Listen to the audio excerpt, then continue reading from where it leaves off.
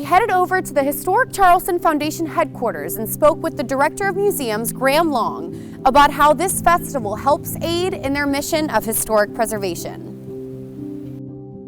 We want to first and foremost make sure that this remains a living city for those families who are here, for those long-term residents who are here, and for those people moving here.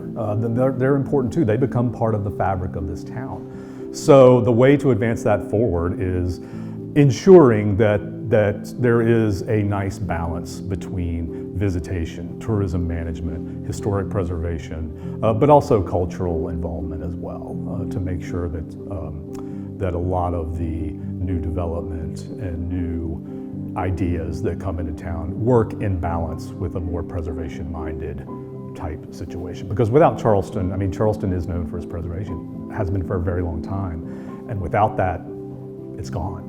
Historic preservation just is not necessarily always a nuts and bolts siding and roofing type project.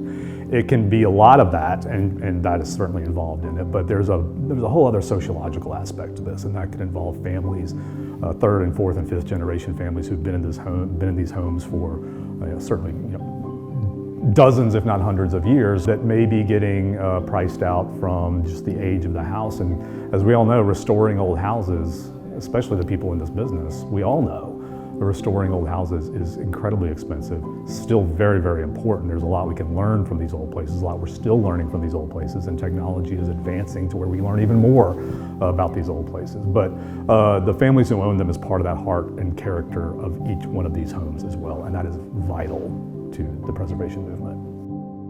Besides the tours, obviously, there's a Food for Thought lecture series that doesn't include visiting houses, but that is the largest educational aspect of the Festival of Houses and Gardens. And we have lunches served, and there's a speaker, and we go over specifically local topics, and everything. That could be everything from who was Denmark Vesey, to baseball in Charleston, to any number of preservation or archaeological issues as well that are on the menu this year.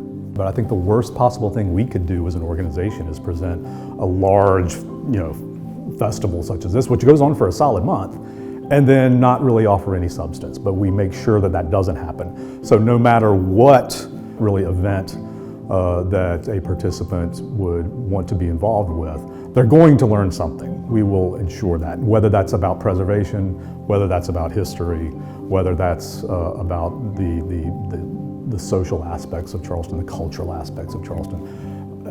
Anything that can be learned, that can be taken away, is we've done our job. To register for any event, including the Food for Thought lecture series, you can visit historiccharleston.org.